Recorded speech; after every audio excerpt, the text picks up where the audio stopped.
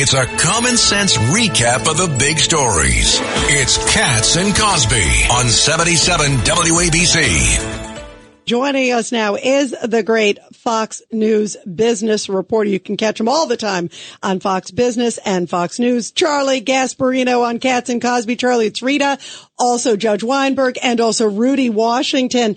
And Charlie, I want to get into woke is broke, but first, I don't know if you saw this, but there's a report out there that Kamala Harris is going to try to sort of separate herself from Joe Biden on the economy, even though on one hand they say there's no daylight between the two of them, but she's realizing, I guess that Bidenomics doesn't work. It's funny you mentioned that. That's exactly what I'm writing my column on. I mean, so I speak to a lot of these Wall Street Democrats, and they basically are telling me, like, this is a very ideologically ambidextrous person, Kamala Harris. That I guess that's the best way to put it.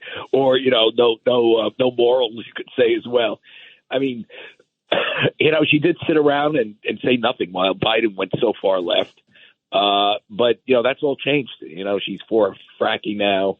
She loves the business community. They tell me, her husband is, her husband's a San Francisco lawyer. He's plugged in Silicon Valley. So is she. I mean, she's friends with the Clintons. I mean, this is someone that is very pro-business. I don't buy it. And, listen, Wall Street Democrats are pro-business because they're pro-crony capitalism. I mean, I could see her going there. But I think you really have to. I mean, there's a degree of gaslighting going on here about who this is, what her record is. The other problem I think she has is that, and I think this is why she hasn't said much, economics is number one in everybody's mind. So she's literally, addressing it through these sort of leaks through Wall Street, sort of her Wall Street cronies to people like me and what you see in the paper. And she's not sat down and like give an interview to somebody that understands. I mean, she should sit down with me. She won't. That understands. She's not sitting down with anybody. I mean, it's 24 days. Can you believe that, Charlie? It's unbelievable.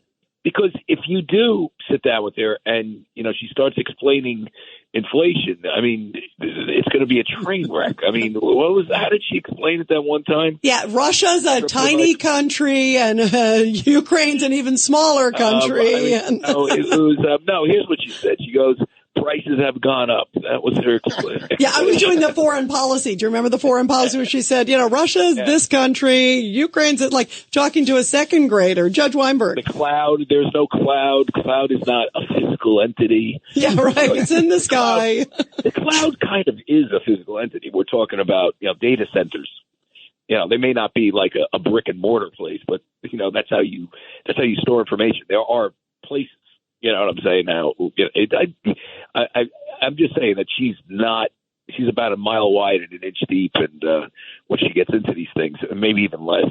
Yeah, absolutely. Here's Judge Weinberg. Charlie, number one, she's the one who broke ties on a lot of these inflation-creating pieces of legislation coming out of the Biden that weren't inflation-busting whatsoever. But for her, you would have had some of this legislation, which is a proximate cause of a lot of the inflation. Number two, you had this great column yesterday in which you talk about, woke, based on your book, right. You go broke with woke. Woke is broke. Now, meanwhile, she's a full-fledged advocate of wokeism. She thinks everybody should be woke. How do you explain that? Did you see that stupid comment she made? I mean, you need to be more woke, not less woke. Yeah, everybody should be woke. Right, that's what she was saying. I don't know how she came up with that. I mean, she did it between a cackle, but it was pretty funny. I mean, some of the things she says is really they're really quite remarkable from a stupidity standpoint. I mean, I don't know how.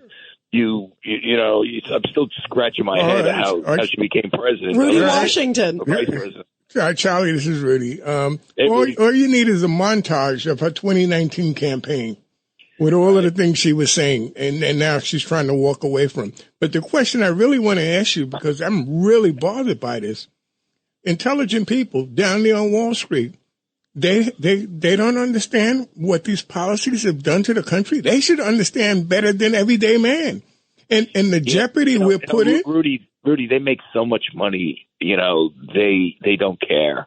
And they have this sort of weird existential. Listen, I talk to them and I shake my head because these are my friends.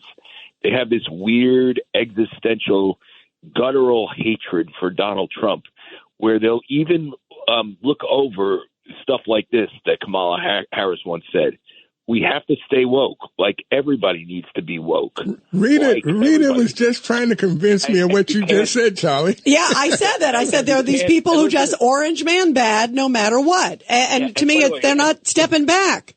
And they'll overlook the utter stupidity of someone who says, you can talk about it, about if you're the wokest or woker, just stay more woke than less woke. I mean, who would come up with it? Like wait. You got to repeat this. Stay more woke than less woke. You'll never understand it because you're too intelligent to understand it. That's way too complicated. Charlie Gasparino, thank you. Really interesting stuff. And boy, your column is spot on right now, Charlie. Thank you.